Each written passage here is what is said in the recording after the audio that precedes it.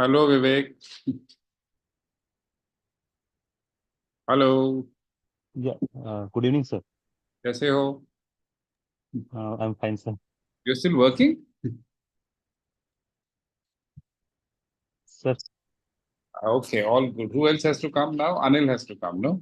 yes, sir. Yes. And of course, lots of other people. ठीक है, can wait.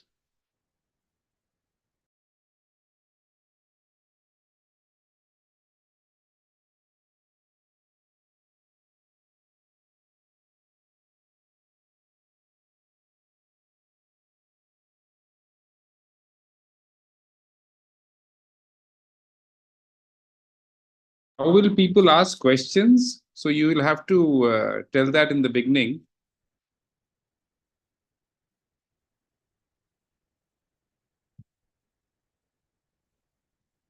I can't hear you. Sir, we can hear you. Guleria, sir. Sorry, we can hear you, sir. You will have to, people, if they want to ask questions, will they have to type them in or you will take them in by... Yes, sir. We will take at the end, sir. Okay, no problem. विवेक, तुम दिल्ली कब आ रहे हो IELTS के लिए? Sir, 15 को sir, same day sir. और same day निकल रहा है? Yes sir, yes. अरे नहीं तो डिनर में हमारे साथ कर लेता भाई. यस सर, मिलके जाऊंगा सर. हाँ, मैं तो आऊंगा वहां पे वैसे भी. So I think I'm there for your session, so it will be good to meet you.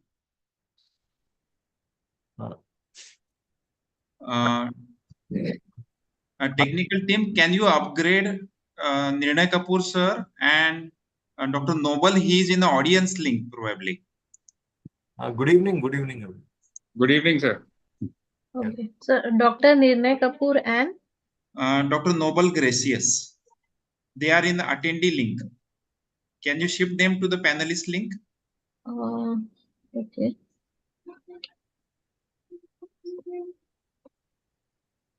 So, I have shifted Dr. Nirnay Kapoor, but I'm not getting Noble Gracious. I just... Sir, Noble sir is joining, sir. Noble sir is joining, sir. Okay, okay, okay.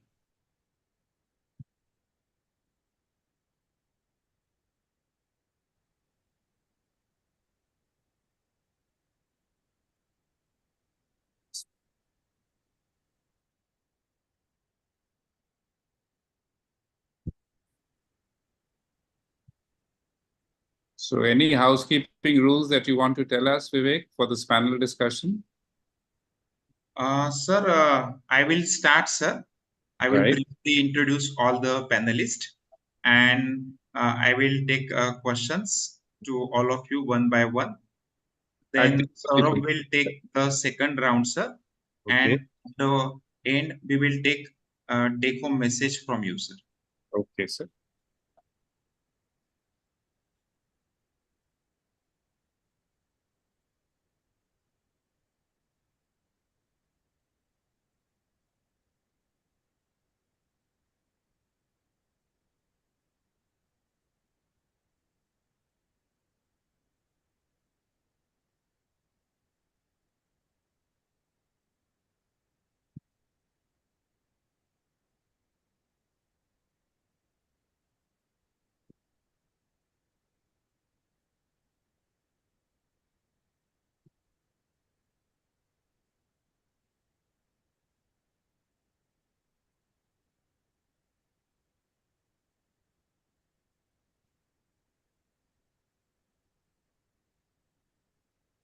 Himanshu ji, doctor Noble ये attendee link में है. उनका नाम है Kerala state organ and tissue transplant organisation. Attendee link में है sir.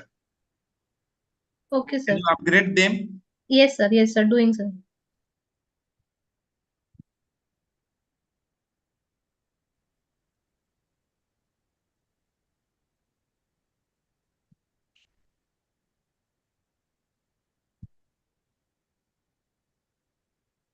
Done, sir.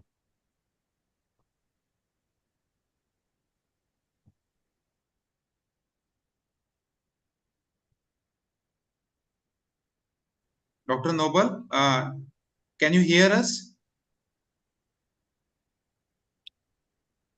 Yes, I can hear you. I'll switch on the video in under 10 minutes time. Okay. Okay, no problem.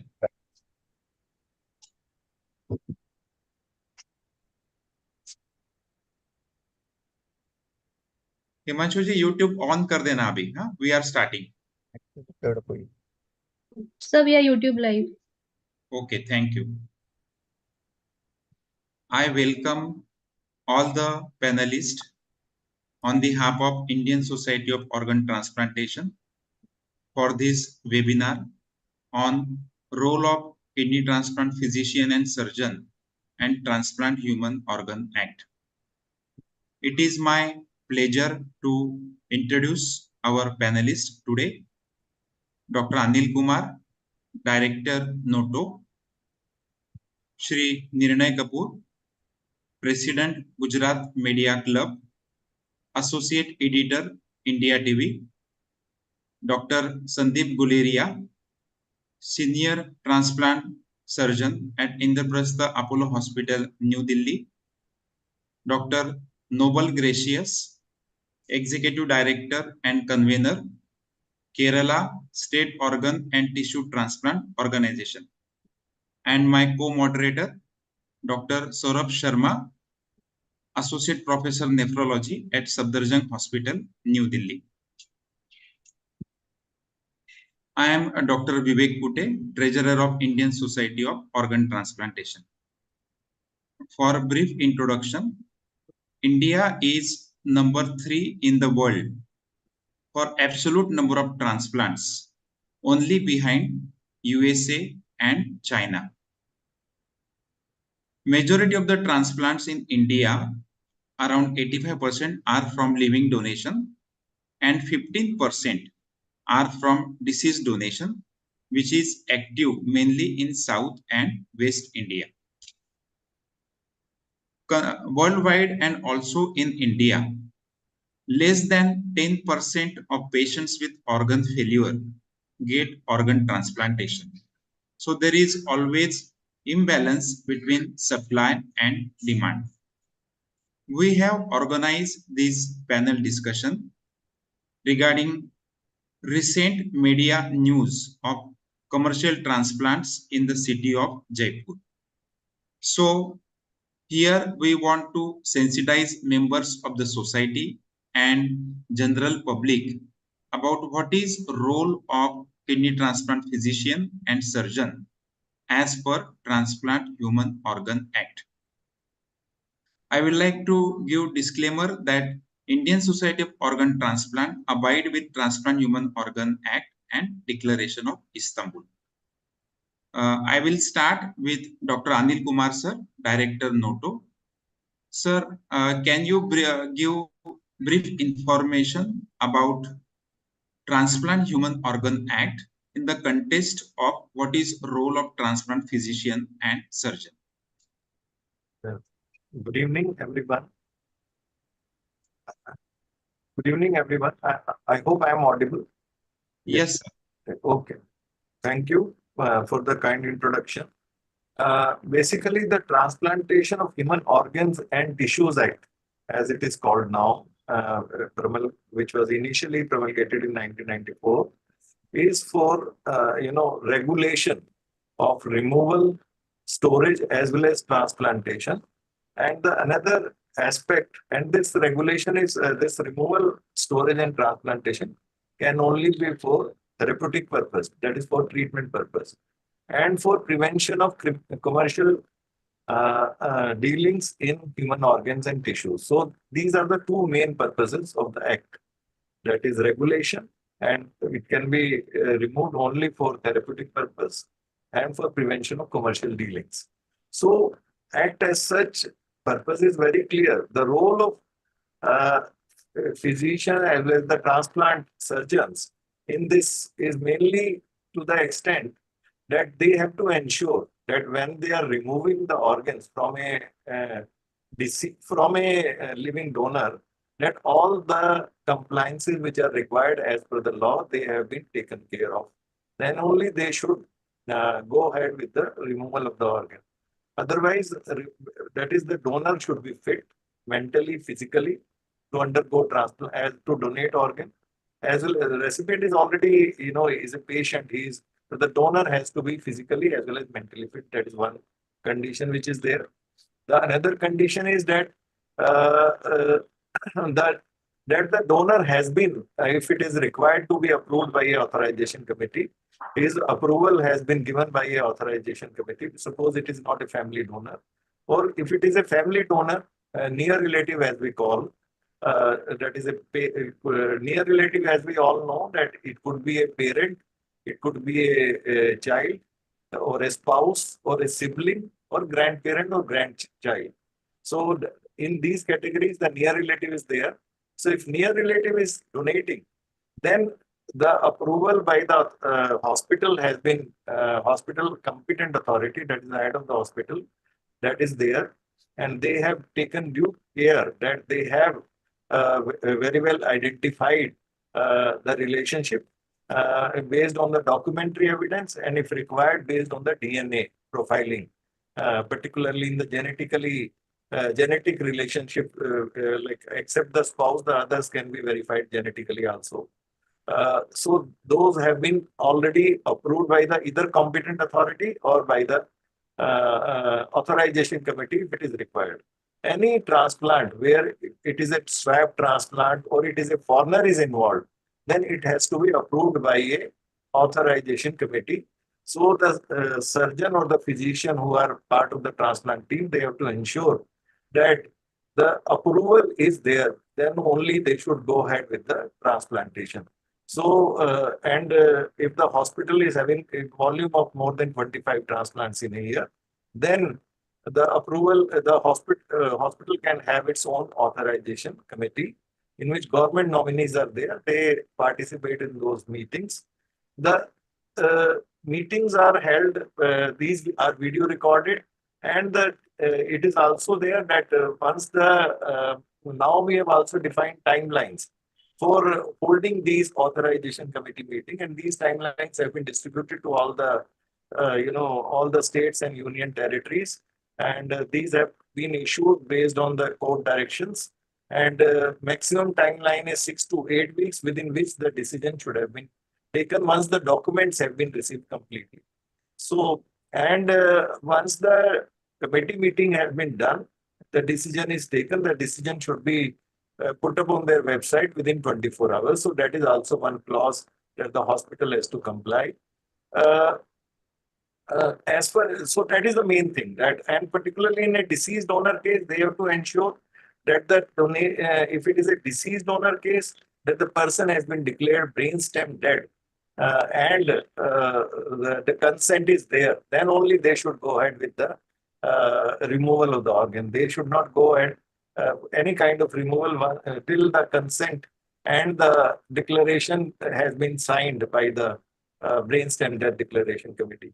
So these are the main compliances. If you want to know anything specific, foreigners basically, foreigners can seek transplantation, but there is a mandatory ruling from the Ministry of External Affairs side that the foreigner, any foreigner who is seeking organ transplant as a treatment in India has to travel on a medical visa. So medical visa is mandatory for seeking treatment of organ transplantation, and that becomes mandatory both for donor as well as for recipient. Other family members can travel on attendant visa, but for donor and recipient, it is medical visa which is required. If the person is not holding medical visa, then transplant cannot be done. So that is mandatory from the Ministry of External Affairs side and Bureau of Immigration, Home Affairs side. So authorization committee is mandatory. Approval is mandatory in case of a foreigner transplant. If it is and it has to be every foreigner, whether he is a near relative or not a near relative, it has to be authorization committee approval is mandatory. The relationship in that case, foreigners, it has to be certified by the embassy concerned, which is there in India. And if embassy is not there, then the relationship certificate should come from the country of the origin of that particular donor and recipient. So that form number 21 is there in the law, right? In our rules, that has to be certified by the embassy concerned. So these are the certain compliances which have to be followed by all the practicing nephrologists as well as surgeons. Anil Kumar sir, can you just reconfirm whether transplant physician or surgeon is a part of committee giving legal permission for transplant? Authorization committee, no, they are not part of the authorization committee, which is giving permission for the approval of the any unrelated donor. Authorization committee has to give approval for 3 types of cases. One is a other than near relative donor. Second is the swap cases. Third is the for any foreigner case, whether near relative or other than near relative.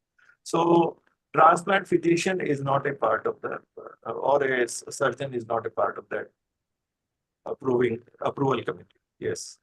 Yes, sir. This is very important point you have clarified that transplant physician and surgeon is not a part of committee giving legal permission for the organ transplantation. Moving forward, Nirnay Kapoor sir, can you give us brief information about what is role of media in organ donation and transplantation?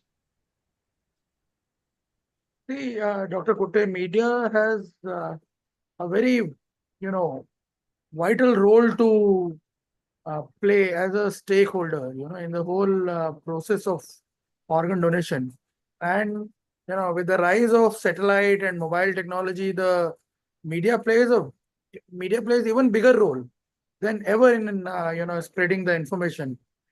Like, a mobile phone packed with social media apps and a real-time info is a powerful tool. Thanks to this, many myths are debunked and people are more informed and can make a better decision. Organ transplantation is a global issue, and more developed and informed societies are successfully harvesting organs and through both cadaver and live donations.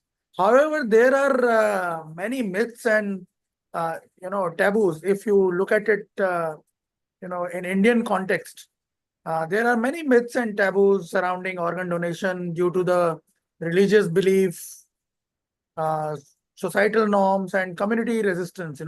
So in that scenario, media role become even more important. And like in Gujarat, the kind of association we have in Gujarat, where a media body like us, Gujarat Media Club, is associated with many organizations like yours, and doing a cause-based propagation of this thought since last 2-3 years, and you must have noticed that it has actually brought a big change. The kind of scenario which has evolved. I think the number of deceased donations, which is a main cause of concern, has even gone up. Yes, I agree with your view that in Gujarat, the media has played a very important positive role in organ donation and transplantation. And due to this role, the deceased donation has contributed to around 50% at Kidney Institute Ahmedabad, in contrast to 15%, which is a national average. Yeah. Thank you, sir. Moving on to Dr. Sandeep Guleria, sir. Sir, as per Transplant Human Organ Act, who can perform kidney transplant surgery? Physician and surgeon who are eligible to perform, sir.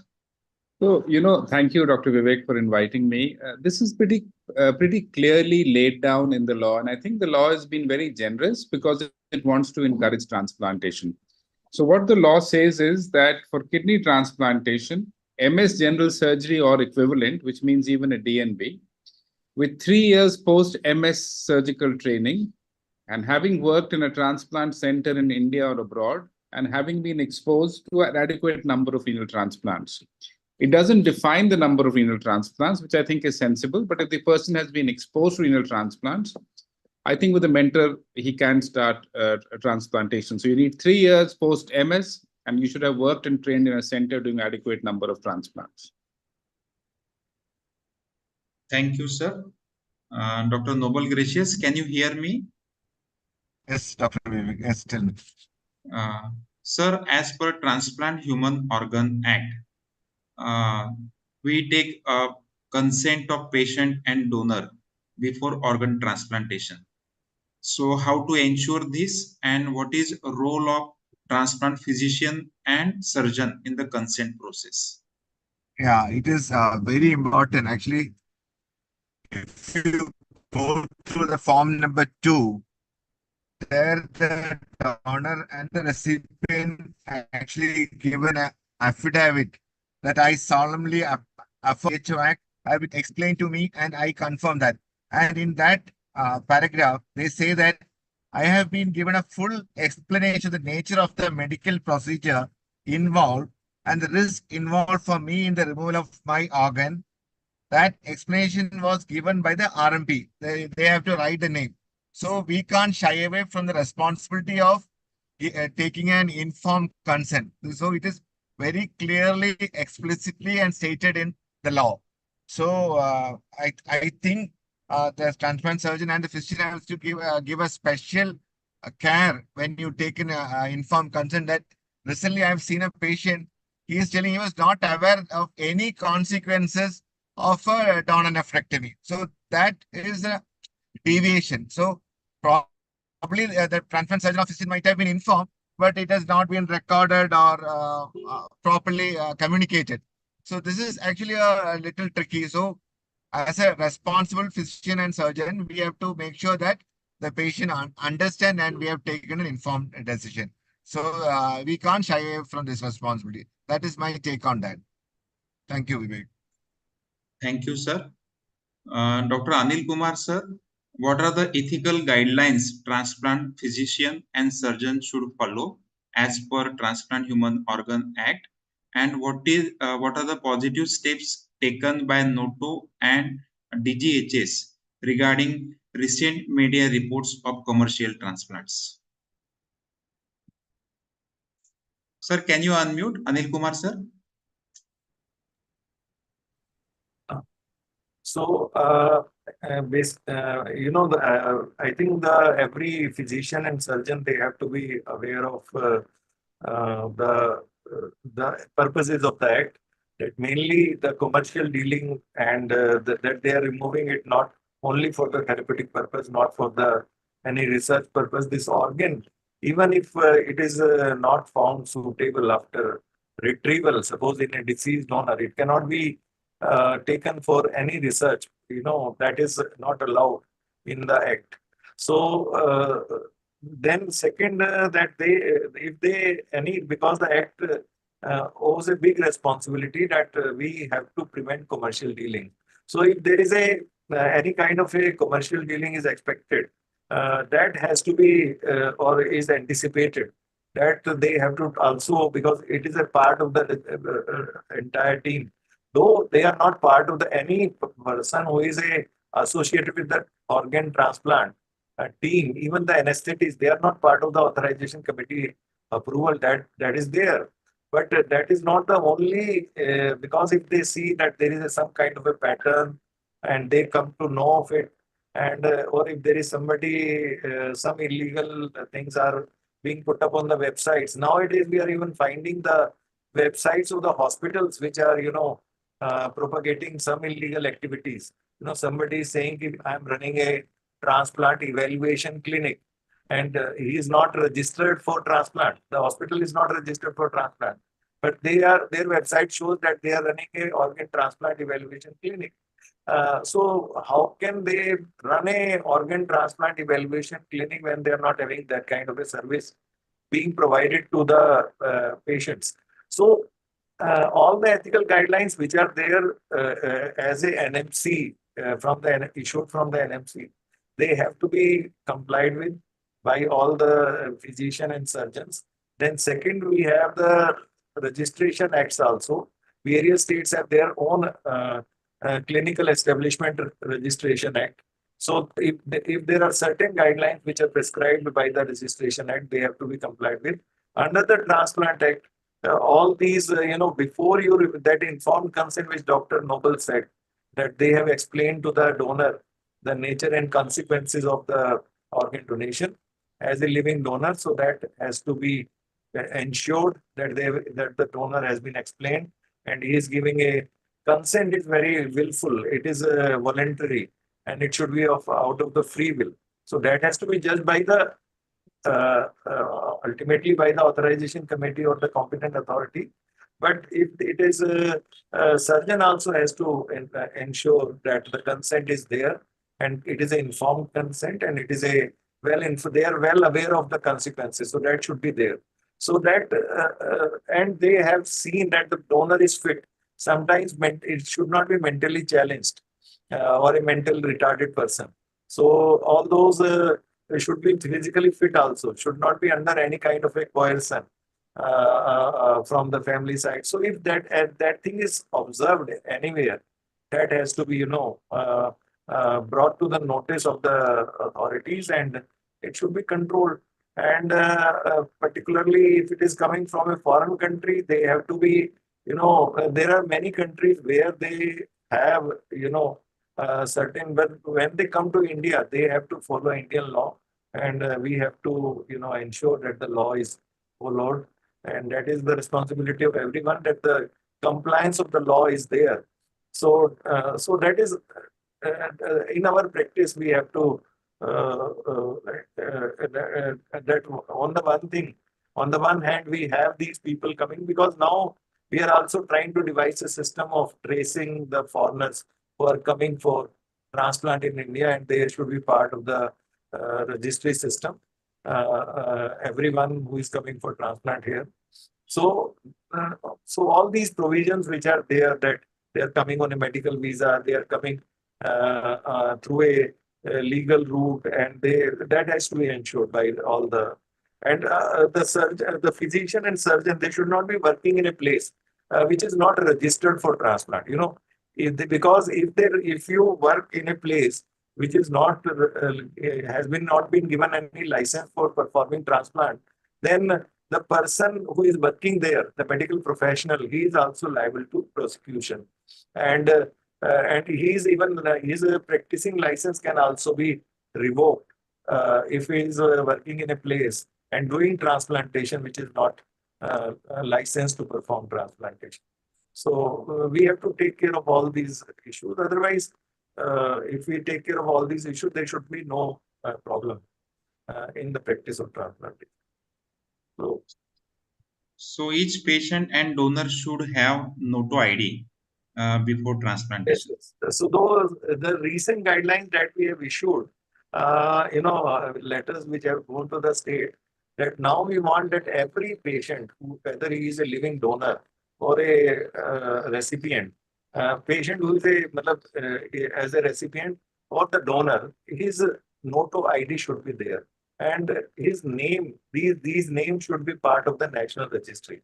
So whether he is a deceased donor or a living donor, and we have asked that now, in case of a living donor transplantation, because every hospital has a user ID and password which has been given by NOTTO, and the person can log in and just enter the details that this person has donated to this person, and this is then the ID is generated. So in case of a living donation, we have allowed ID to be generated within 48 hours after the transplant has been done. If they are not able to generate before, they can generate it within 48 hours after the transplant has been done. So that ID, now we have written to the state that it should be mandatorily generated in every case of the transplant. Every transplant data should be part of the national registry. Government should be aware of how many, like in Delhi NCR, like as per the registry that we got last year, out of I think 3,700 total transplants, 1,400 were from the foreigners. So, so that is the percentage that we have of the total transplantation. So that kind of, unless we from which all countries they are coming from, all kinds of countries. Number of countries from which these patients are coming.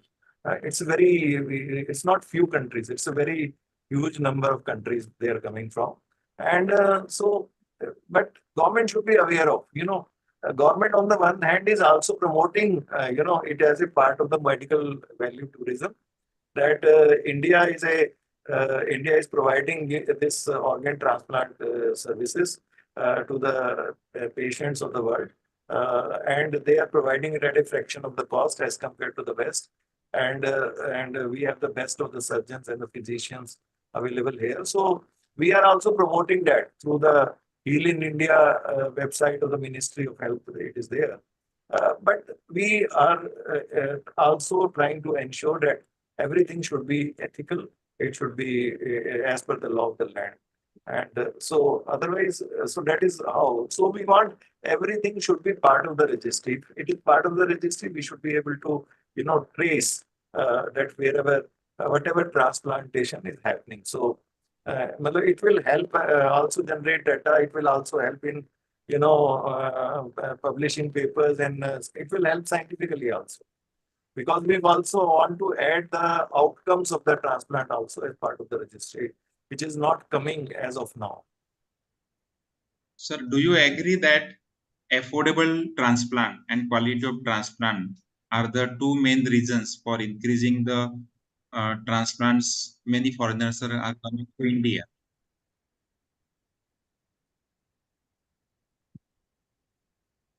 Yeah, yes, one of the, because these living donor people who are coming, because mainly in kidney and liver also, mostly these are the people who are coming for transplant here in India. They bring their own donor from there, and they usually are from the same country, and they definitely find India to be a better in terms of skills that are available here and the cost affordability.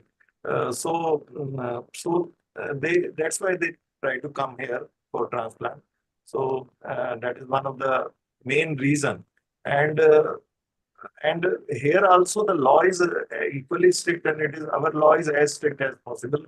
In any other country, rather it is, I think, one of the strictest law we have in the world. So that is not the, but we definitely want that the law of the land has to be followed, and the people who are coming, they should be, complying with the law, legal provisions here. Thank you, sir. Nirnay Kapoor, sir, what is the role of media in raising awareness about ethical and legal issues surrounding transplant for foreign nationals? Any your personal experience, sir? Yeah, in fact, if you look at the scenario, foreign nationals are generally not encouraged as recipients to avoid ethical issues. Till now, we have observed, in many states, and there are specific cases where they can receive also. Like there was a case in Gujarat some time back when an OCI had approached Gujarat High Court for the permission, for transplant. And I think at that time, due to some, specific clauses in Gujarat related to domicile law, I believe, there were some issues. So I think now that clause has been removed. But because of that, there was some problem. So, in my view, media can certainly play a vital role by propagating, information related to, like specific information related to various norms, various, procedures prescribed by various agencies like NOTTO, ROTO, or SOTO at different levels, and can give a better perspective about the Transplant and Human Organ and Tissue Act. I think now, as Dr. Sharma was mentioning about the changing scenario, the need for creating awareness related to the foreign nationals has arised even more. And I think earlier, like we used to do stories about highlighting organ donation and its importance to the people in Indian context. We should come up with such stories more now, to which can actually cater to foreign nationals also, because even I believe that this area is little bit untouched till now. You might have not seen much stories related to this. There was certain gray areas which were even not in in know-how for the media professionals also. But I think now with changing scenario, we also need to focus more on the issues related to foreign nationals, and we need to do more stories which can actually throw more lights on the FAQs related to all these issues which are mainly pertaining to legal areas and the ethical practices which are required for transplant. Thank you, sir. Dr. Guleria, sir, you have performed more than 10,000 kidney transplant in India. And what is your suggestion that how government should safeguard transplant professionals, physicians and surgeons regarding media coverage for transplant in foreign nationals? See, sir, in the current scenario, I think being a transplant surgeon is very, very difficult. And I think the Director General of Health Services should work to protect transplant professionals. It is important for them to realize that the way this is going, it is very difficult for me to convince my juniors to take up a career in transplantation. The issue is that we have not been able to guide the media that the job of proving the relationship is not the doctor's. It is not my job to, if somebody comes to my OPD and says, my wife is giving me a kidney, how do I prove that? So now I don't transplant a wife to a husband unless you have a child. And I think I'm denying people the benefits of transplantation. The problem is in India, you can get an Aadhaar card, a UID, a PAN card, a passport made by anybody can make it. I know so many people who get fake Aadhaar cards made. And ultimately, the onus of verifying the authenticity of the documents is not on me, is also on the authorization committee, which does not have the right or does not have the power to scrutinize these documents. So now we started fingerprinting, right? For foreign nationals, there is Form 21. We verify it, re-verify it. We even do a DNA now. In fact, I think if we want to be really safe, we should only do first-degree relatives as foreign donors. We should not go beyond first degree. I mean, there is far too much at stake. Why should I risk my entire professional career, right? Starting cadaver transplants, working day and night, having spent 25 years in the government service for a foreign national who's coming out here to fool me.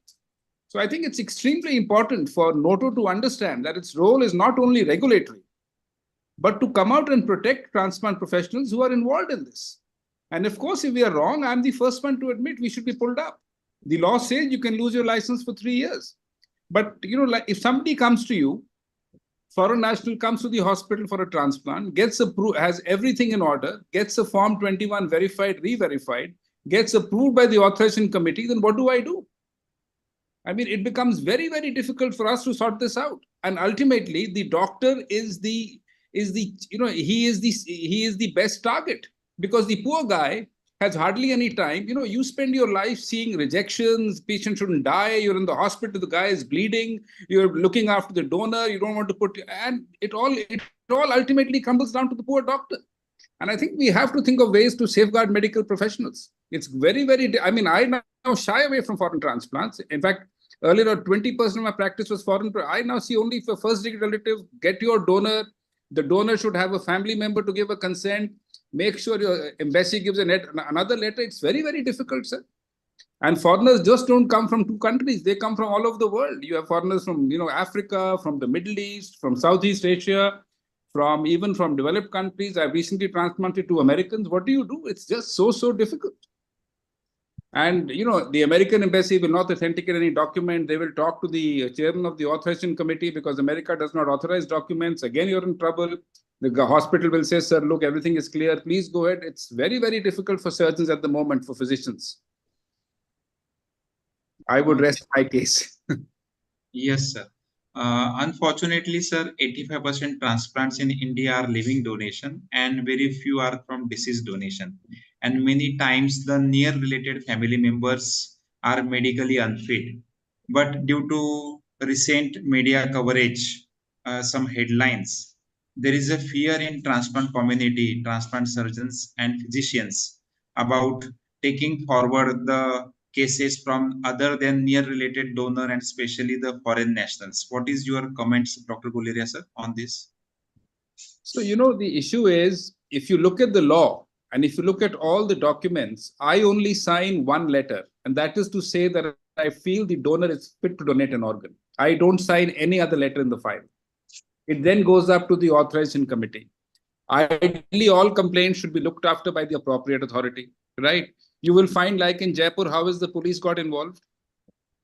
Now the police will put cases of 420, 419, they'll put so many sections, and the appropriate authority has still to act. The law clearly states all transplants will be governed by the appropriate authority. I don't know how the police is involved in this.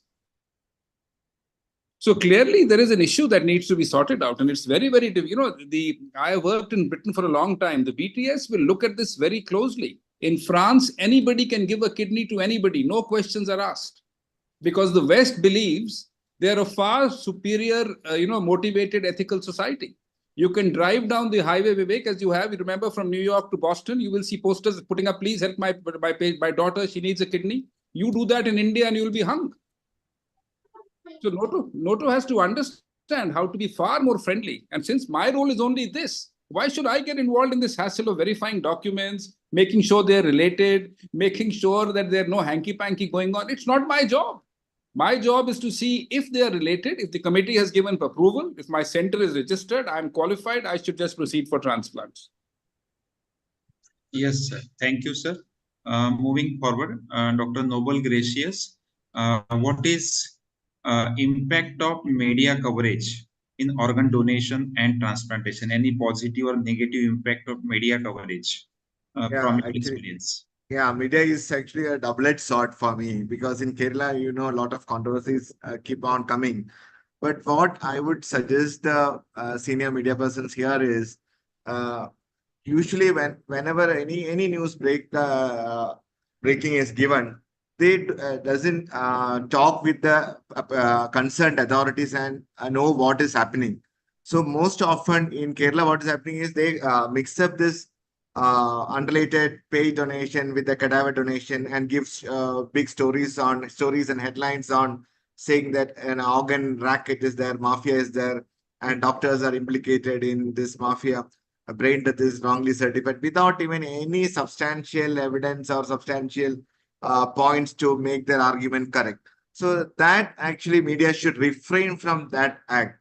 As Dr. Sandeep Guleria was telling, doctors are truly a professional body. They are giving a service for end-stage organ failure patients in transplanting them. More than that, they don't have any legal jurisdiction or legal power or statute to examine all these, whether what is being done wrong and all. So this is tarnishing as Sir was telling, tarnishing the entire image of the transplant professionals across the state or across India, and putting this transplant as a negative, negative treatment option in general for the society. That is very wrong. And also it gives a very wrong message to the donor families who are already donated, that their organs being sold through some mafia or agents. And so this mix-up is very dangerous, and this is causing very harm to in Kerala, especially because the newspaper reading people are very high in density in Kerala, and also news watchers. So these are a big issue in Kerala. So unless and until the media people sit together and see what type of reporting should be done in an organ transplant related issues if they crop up, that I think you should have some sort of guideline to avoid these bad publicity for organ transplant. That is my take on that. Yes, sir. So main aim of Transplant Human Organ Act is to prevent commercial dealing in the transplantation and to overcome the supply and demand imbalance. The Kerala has allowed the altruistic non-directed donation. Dr. Noble, you have any brief remark on this, sir, on altruistic donation? Yeah, but once I think we are facing the what you call bad part of that permission, because our authorization committees are quite lenient about altruistic donation, and whenever people come with some donor, as they approve it, and whenever the authorization committee rejects any cases, they'll go to the court and get direction to the authorization committee that there should be given approval based on the sickness of the patient. So always the court also sympathize with these end-stage organ failure patient. So here the problem is where we can find fault, whether it is an authorization committee, whether it's a transplant hospital, transplant surgeon, or the donor who is willingly donate. He is already given an affidavit saying that I am giving this organ without any coercion or any inducement or without taking any money. So actually there is no case in that this scenario. That is what my feeling. So we shouldn't create a big what you call, as Guleria was telling. There is nobody is doing any harm to anyone. But as the act prevents commercialization, we have to ensure that that is not being happening. But if somebody is willingly donating for if my driver is telling that I can give you a kidney, I wishingly accept that and go ahead with the transplant. After some time, if the driver had some issues with me and go away from me and telling that that doctor cheated me with not giving money or something like that. So these things and all, it's quite sensitive an issue, and I think as already we discussed, NOTTO should be NOTTO or whatever authority should be regulatory as well as facilitatory for transplants. Why we are doing all these things, taking a lot of extra effort and extra hours of work to get a transplant done, and even post-transplant monitoring is very strenuous and anxious. So with all these sacrifices, why a transplant surgeon should or transplant physician should do all these things to help a person out of their end-stage organ failure and untimely death.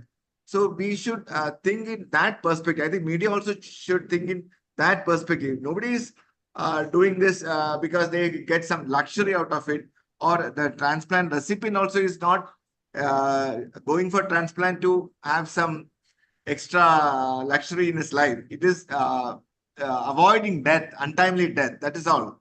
So that in that perspective, we should think. That is what my opinion on this. Dr. Noble, just last one clarification, whether altruistic donor or donor from other than near related family members are allowed to participate in swap in Kerala, sir? Any state order? Yes. Actually, authorization committee permits that. Usually they go as two unrelated donors. Even though it is a swap, they go as a two altruistic donation to the authorization committee, and authorization committee approve, and actual swap is being done. So they don't express that it is swap is being done. They say, I am donating to this guy on true altruism. Another person will say, I am donating. Actually, that swap is happening. But this is how the authorization committee approves that swap. No one there mentioned that it is swap is being done. Okay. The consent at the hospital level is swap, but at the level of authorization committee, it is true altruism. Yes, thank you, sir. Now I request Dr. Sourabh Sharma to carry the further panel discussion. Thank you, sir. So I will now start taking up questions from the attendees also. So one question is for Anil Kumar, sir. Sir, in case of doubt, can transplant physician or surgeon deny for transplant if the permission is given by appropriate authority? And in case of foreign nationals, if permission is given by both embassy and appropriate authority, can a transplant physician and surgeon deny for transplantation? If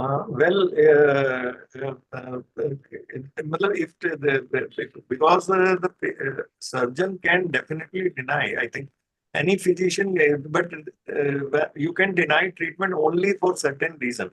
I think reason has to be given. Suppose if a patient comes to your clinic and he misbehaves, he is not, or he creates violent scene or something, so that time treatment can be denied. But if you are otherwise was worked up by that particular surgeon or a physician, and now the approval has been granted by authorization committee.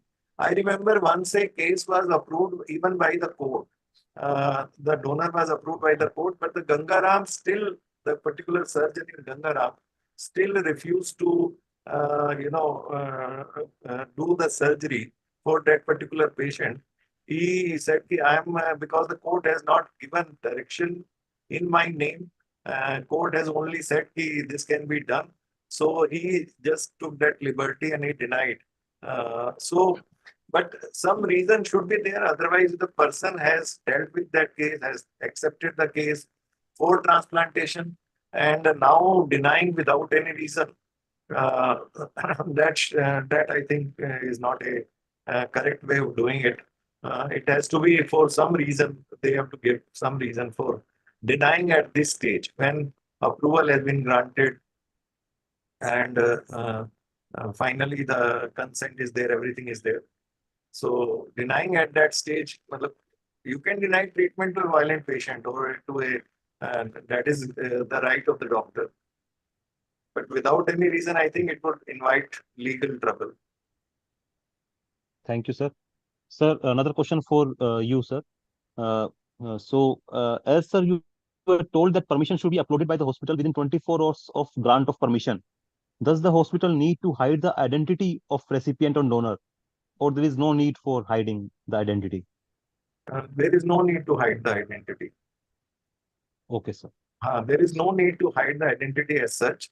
But if they want to, for some reason they want to hide, because there is a clause in our rules that the data in the registry should not be in the public domain, because this information is going to be part of the national registry. So on that ground, they can, but why we say it's still there is no need to hide, because suppose that particular case is rejected, and if it is reflected on a particular website, and another hospital, they try to go to another hospital in another state, and to try with the same donor. And if they come to know that the person had gone to this particular hospital earlier, and they can check very well whether this particular way. So because the transplant has not happened as yet. So after that, it will come to the registry. It will come not before that. So permission this can be uploaded with the names also.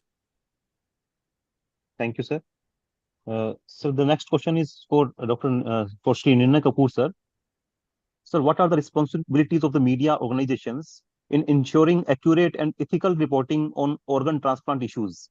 And how can they help prevent misinformation and support legal compliance by transplant physicians and surgeons?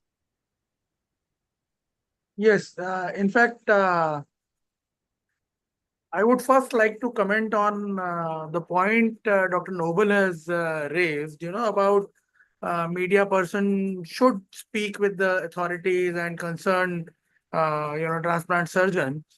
My experience is otherwise. Most of the time we have noticed that, we are always avoided by the, authorities. And that is where, the miscommunication takes place.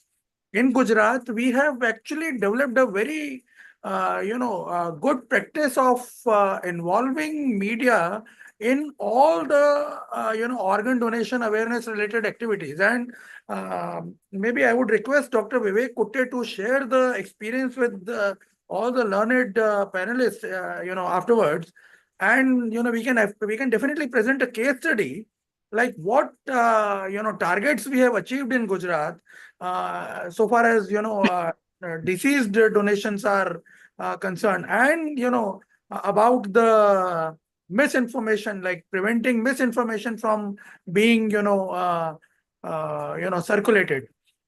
And coming back to your point, there are clear guidelines, for transplant centers approved by SOTO, and these and the success of organ donation transplant relies on hospitals strictly following clinical protocols and to ensure complication free procedures. In recent years, public awareness about organ donation and transplant has increased significantly. Means I can share you the stories about Gujarat, because I've been experiencing these things in Gujarat, so I can share my primary experience from this particular state. And many voluntary organizations and are now like these organizations now help individuals and communities to take pledges to donate organs. Nephrologists and transplant surgeons must also comply with the legal requirements, and any discrepancies must be reported to SOTO. Like, that's what we believe. And whenever we feel that these type of aberrations which take place, we always try to first take the view of, like, we always look at the story from the point of view of a transplant surgeon or the hospital. And then, like, if we don't come across with the proper information, or maybe this is what my personal experience is. Many a times, why confusion take place? Confusion take place only when there is lack of communication. If we create a kind of ecosystem where all the stakeholders who are important for the cause of this organ donation come together and share information freely, or maybe we are able to create a platform whereby we can create an environment where the free flow of information is there. I would like to mention here one important point. In fact, there was some trouble when some trouble was going on in Manipur, and I think first deceased donation took place in Manipur, and I think Dr. Vivek Kute had put me in touch with Dr. Alok Kumar, and he was very kind to share all the information related to that particular case, and we took up that story. So we always expect from the authorities and the concerned hospital surgeons to share the data, to share the information, and that will definitely clear all the doubts, and maybe usher us in a setup where media can clarify more doubts and create a better picture. Yes, sir. I totally agree with Nirnay Kapoor, sir, that media has played a very positive role in increasing the disease donation in the state of Gujarat. That's why in Kidney Institute Ahmedabad, 50% kidney transplants are from deceased donation and 50% are from living donation. And also, sir has covered the first deceased donation in Manipur, sitting from Gujarat, just to promote the noble cause of organ donation. And we are working with close harmony without any communication gap to take the noble cause of organ donation forward. Saurabh, please carry forward. Yeah, thank you, sir. So the next question is for Sandeep Guleria, sir. Sir, what is your take on various mechanisms which are in place under the Transplant Human Organ and Tissue Act to monitor and enforce compliance among the kidney transplant physicians and surgeons? What about their effectiveness? So the entire onus for monitoring kidney transplants or monitoring transplants lies with the appropriate authority. And I think it is their job to verify, to verify the antecedents of people who are involved in transplantation, to verify the doctors are qualified. And that is when inspection happens of the hospital, which involves, the transplant surgeons, the professionals who are involved.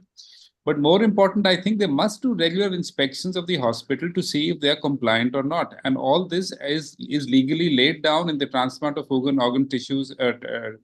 And I think it's part of the job to do to check compliances are being followed. Because even if you look at if you look very closely at the Jaipur case, I'm surprised 200 transplants happened in a hospital, and we have nothing happened from Roto and Soto. I mean, there obviously was clearly something else happening. In fact, I am very keen to know more details. What exactly happened? How come 200 transplants took place without a single committee having been held? It just doesn't make sense to me. Sourabh, can I comment on this? Yes, of course. Sir, yes, sir. Yeah. Thing is, the problem is, Dr. Guleria, as you are aware, that appropriate authority is actually a different entity. Soto is a different entity. So the problem is, most of the state appropriate authority that responsibility rests with some DME or DHS service, and Soto is the authority which take the data and all. So the appropriate authority does not have any clue what is happening in these transplant center, or they have a mechanism to have a regular audit or inspect the centers. That is actually there is an organizational flaw which has happened over the years. So what I would suggest is, Anil Kumar sir, thing is we need to have a strengthened appropriate authority which does organ transplant monitoring services alone, at least in the center, in the states where large amount of activity. For example, Kerala is a small state, we have around 1,000 transplants a year.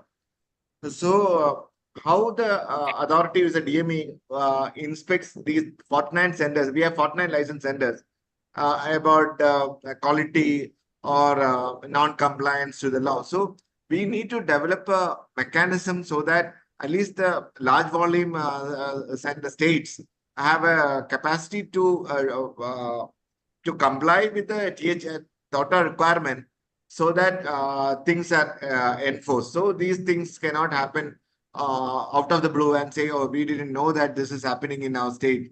So this, I think we all need to, I mean, ISOT also have to put in and think about how we can have a mechanism to monitor these transplant centers and come out with, as Anil Kumar sir always say, come out with regular data on every year of performance reviews or something like that.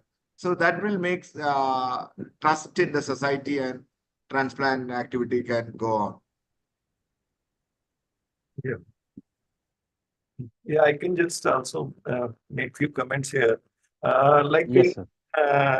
Actually, Jaipur case, as you know, that data was not being entered into the national registry, and whatever data was entered, based on the information was provided to the state government, that so many foreigners transplant have taken place, and majority of them are unrelated transplants, and they are coming from a particular country. 90% of a particular, so that entire information was captured through the national registry. Though that particular person who was caught by the anti-corruption bureau, who was accepting money for giving that approving letter without holding the committee, so that was the fault of the state, that they did not re-notify the, so they realized it very later on that this was happening. But whatever data was being entered into the registry, even that was also showing a trend, which was what was happening over there. And though it could be only 20% of the transplant data which was happening, it was not the full, I am sure it was not the full data, but whatever was there, 95% was from a particular country. They were flowing in a particular direction through a trail to that particular to the particular hospitals, and they were 90% of them were unrelated, documented in the registry as unrelated. Rather 95% of them, they were particular community which was involved. So that was there. So trend was there, and that was brought to the notice of the state, though it was a very small, not a very huge number. Just about 100. That was there, but it was captured. So that's why we insist that every transplant data should be, entered in the registry. and so that we know the trend. We, at least when we analyze, we look at the data, we know that how it is happening. And we, as a physician or a surgeon, we should also have a look at our offices, because we are all busy. The physician as well as the surgeon. There may be some staff, who is there in our, because these patients, they come to our offices and they are brought by lower staff. Sometimes there is a lower staff who is, because we are not able to monitor their activities, they get involved into such kind of, illegal, activities, and they try to, bring. So as a surgeon or as a physician, that is also our responsibility to see that our offices, they remain free of such elements, which get involved into such kind of, it is very, the people who are, everybody will not be, ethically, and they can be easily, lured by some elements to get into this. Media, actually, media also, I would like to comment that when this particular case of Delhi was there, so we were, flooded with the media calls, and there were people who were trying to, twist the stories, and they were trying to look at, even we were like, we were very surprised to see why media agencies which are involved in, like Business Standard or Economic Times, why they were interested. So because there was a certain, they were trying to, pull down an organization by bringing the negative. There are, business interests also get involved. So sometimes the media also gets influenced by those, interested elements. So that time we try to, avoid the media. Otherwise, some of the media, the Gujarat, as you say, because if and mostly others also, I would like to name, like Times of India is usually bringing out positive stories, and few others also. But sometimes when, why people of Business Standard should be interested to know that what, like they are having, all those corporate, conflicts, or is corporate interests. They are there to, pull down each other through such negative media news which are coming. So that also happens, and that time we try to be, avoid, not get involved with such, media, because it is very difficult to convince. There are, interests they get involved. There are business interests they get involved. So, and why, as professional, we should be, getting involved into those business, interests. So that we always then try to avoid. Thank you, sir. Sir, the next question is for Dr. Noble Gracious, sir. Recently, the question is asked by Dr. Subbu Banerjee. On 30th of May, Honorable Tamil Nadu High Court had directed that donors who are not related must be accepted by the authorization committee. However, nexus of agents are very much likely to exploit such generous paradigm change. How can a transplant professional balance such situation and not get entangled in a legal mess?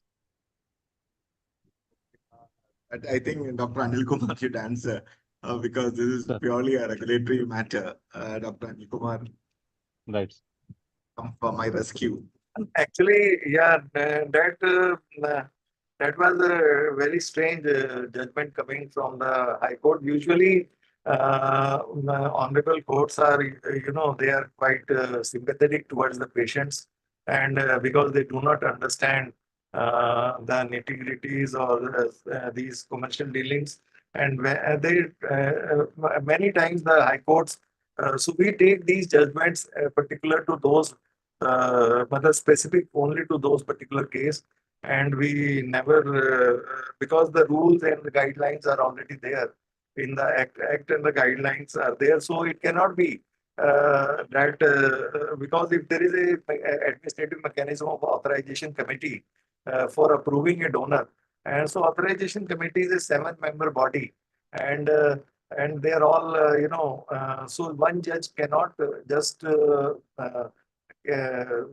claim to be having more wisdom than a seven-member body.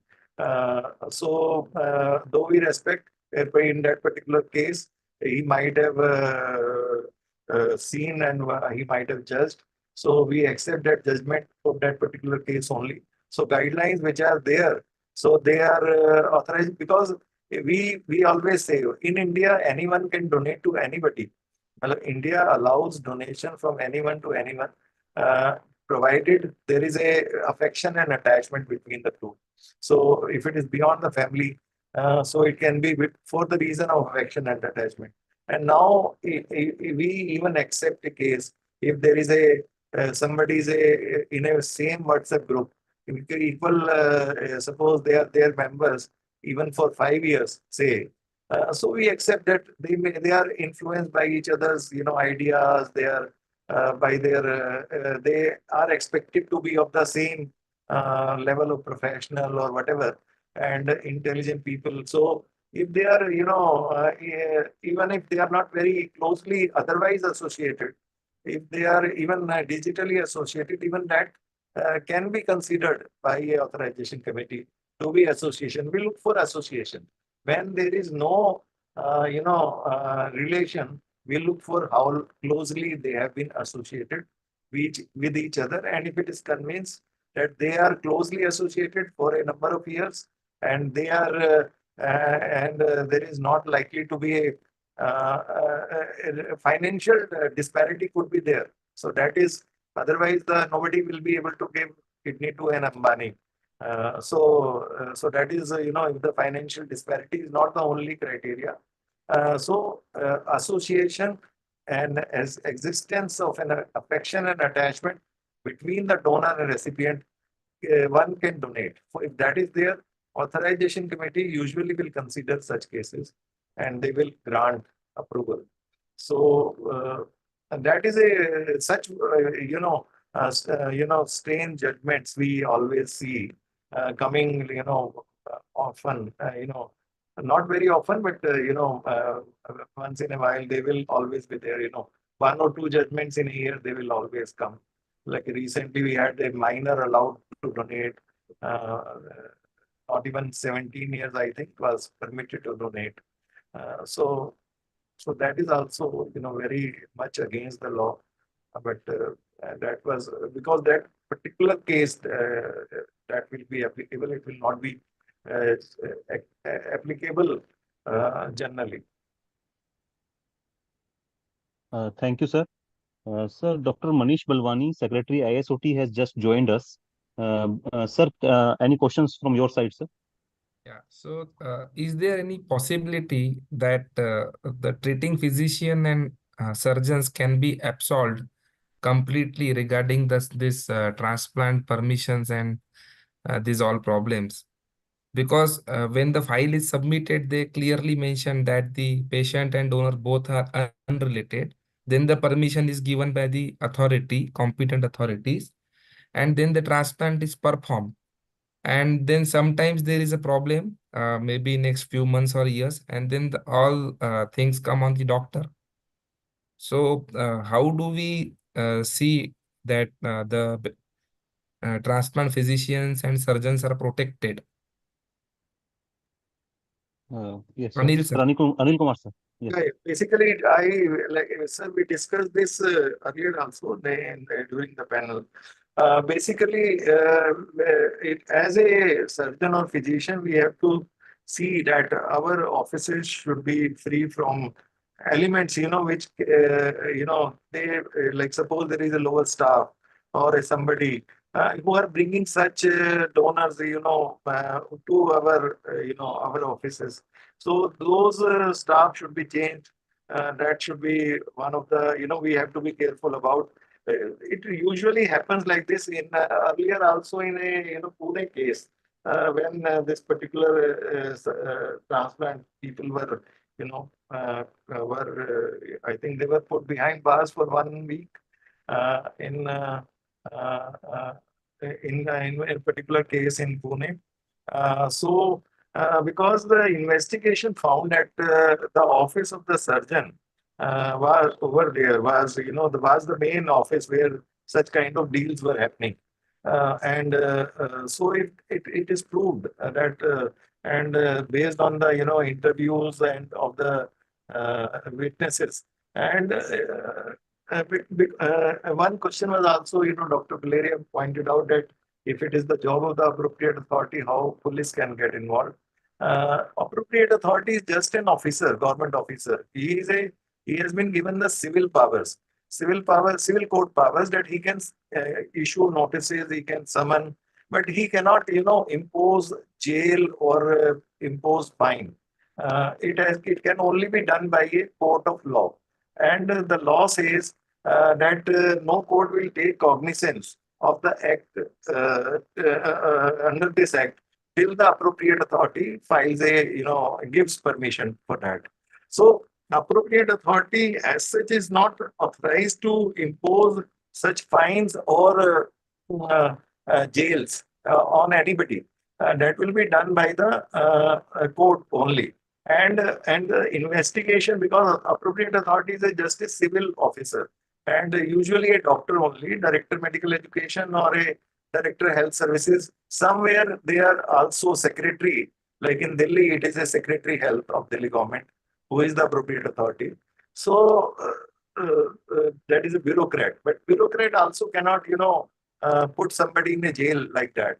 So it is only the court which will do. So they have been, even in our letter, we have advised that wherever they find any kind of illegal activity going on, they can even consider filing an FIR. Recently so appropriate authority will file an FIR with the police, and then police will investigate. So that's what happened in Jaipur also, that if they consider it appropriate, they can consider filing an FIR. The detailed investigation into the criminal activities will be done by the police only. And if they find in the investigation that the office of the particular surgeon or the nephrologist or somebody else in the hospital is the place where such deals are being made, or such kind of unrelated donors are brought in, and you can negotiate. So as a renowned surgeon or a nephrologist it is our own duty to see that such kind of elements, they do not grow in our offices. So that is what word of caution I just wanted to add. Otherwise, otherwise the media will always, look for stories, negative stories. Some of the media, they're looking for negative stories. And as I told you, there are corporate interests also which get involved, who try to bring down each other. Thank you, sir. Noble Gracious, sir. You had I raised your just hand, sir. add one point to Dr. Manish Balwani's answer. There is a provision in THO Act Section 23, that is protection of action taken in good faith. It says that no suit, prosecution, or other legal proceedings shall be lie against any person for anything which is in good faith done. So we have to ensure that it is done in good faith or intended to be done in pursuance of the provisional act. So there is an ample provision for protecting the transplant surgeons and transplant physician. But the only thing is we have to ensure that we have done these things in good intention, pursuing that. So there is an ample provision. So we can even go to the court and say, I did in such intention, so I may be exempted by using the provision of Section 23 of THO Act. So we all should be aware that I would request ISOT secretary to have some courses for our transplant surgeons and physicians about the THO Act in detail, and we can give a certification for that this surgeon is learned to about the THO Act. Thank you. Okay, thank you, sir. So the next question from attendee, it is for Nirnay Kapoor, sir. Sir, the question from attendee is that sometimes media tweak the headlines. Dr. Kapoor is lost from online. Okay, sir. Okay, sir. So this question I will ask Anil Kumar, sir. So sometimes media tweak the headlines, as was in Jaipur case. One media highlighted it as transplant performing physician and surgeon gave fake NOC, whereas we all know permission is given by appropriate authority or other competent authority, not by a transplant physician or surgeon. How it can be improved, and are there any liabilities of media? Yeah, that is a very wrong headline to be, highlighted, and so it is just the ignorance. And we, NOTTO had conducted one workshop for media also, in which earlier, and in which many media people were invited and they attended also. So basically, their question and answer, their discussion based. So well, they have to be well aware of before they try to bring, or they should clarify it with the authorities that they want to publish such kind of headline. That happens. That happens, and also if the concerned SOTO or the appropriate authority can take up, can write to them, or that particular hospital who is affected, they should write to them, and that they should correct it and they should publish it. That this was a wrong headline or wrong message there. Thank you, sir. I will want to tell the attendees that regarding the recent Jaipur case, various steps were taken by ISOT also. ISOT officials met the Commissioner of Police Jaipur and Health Secretary Rajasthan, and they had been sensitized about the legal responsibilities of transplant physicians and surgeons. Dr. Manish Palwani, sir, any comments from your side regarding that? No, that's fine, Saurabh. Yeah, thank you, sir. So most of the questions by the attendees have already been answered in this panel discussion. So I would like to ask all the panelists regarding their take-home messages, starting from Anil Kumar, sir. Basically, it's not very difficult to comply with the law. We have to be a little cautious, and I think authorities are there to help, and NOTTO is always there to guide. Like whenever we receive any phone from any hospital, or we are there to guide, and we always, most of the time, we always answer, and even on email, or if any clarification is there. Though we even don't say that first you have to, because sometimes queries are received directly on our email, and we answer that directly to even to the hospital, to any hospital which is sending the query across from any part of the country, and what we interpret that particular section as. But definitely the law of the land has to be followed. Government is promoting medical organ transplant as a medical tourism, and both our Ministry of Commerce, Ministry of Home, and Ministry of External Affairs, they are all for promoting organ transplantation. And because we held recent meetings with them, so they all are very positive about it. And but our External Affairs Ministry has written to all the embassies also that it is mandatory to fill up this form number 21 for every embassy, for every person who is coming for transplantation. They have highlighted all the clauses of the law which become applicable to the foreigners who are coming for transplantation here. We are now going to send messages to the embassies which are located in foreign countries, the Indian embassies, that the people who are seeking visa for transplantation treatment in India, they should be aware of certain basic facts. So that will be displayed on each embassy's website, the Indian embassy's website in that particular country, so that the people are aware of that they are ready with the documents and everything. So that short message, Ministry of External Affairs has agreed to be displayed on their website as well as on the website of each embassy of the countries, of the foreign countries, Indian embassy, not their embassy. so that the information is available to the foreigners who are seeking treatment. And we are also trying to link up foreigners transplant through the Heal in India website, which is of the Ministry of Health and Family Welfare, which promotes organ transplantation, and where most of these hospitals which are doing high volume transplantation, they are listed already over there with the Heal in India website. So that's all.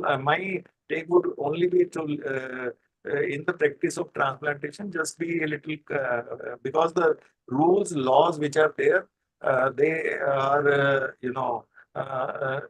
surgeons and physicians, they need not be afraid of, because they have to be just ensured that that their at least offices should remain clean of these people, and they should not become the get involved into such kind of so that whenever investigation is done, so then only these people, and our busy surgeons and physicians sometimes are not aware of such things.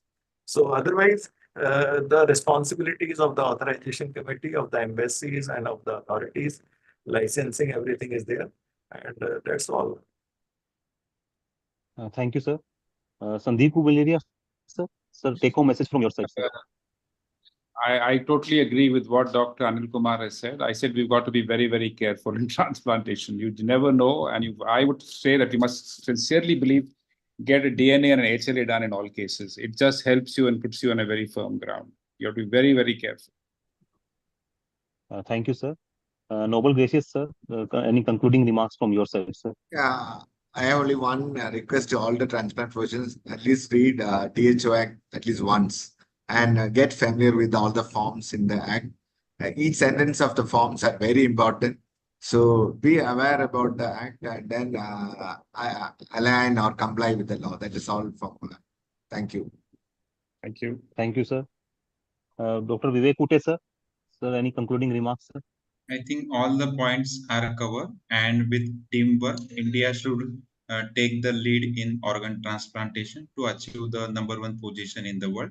I would like to thank Dr. Anil Kumar sir, Dr. Sandeep Guleria sir, Dr. Noble Gracious sir, and Shri Nirnay Kapoor ji, Sourabh, and all the delegates for their valuable time. Thank you, sir. Thank you. Thank you, sir. Thank you very much, sir. Thank you. Thank you. Thank you. Thank you, sir. With this, we conclude this webinar. Thank you.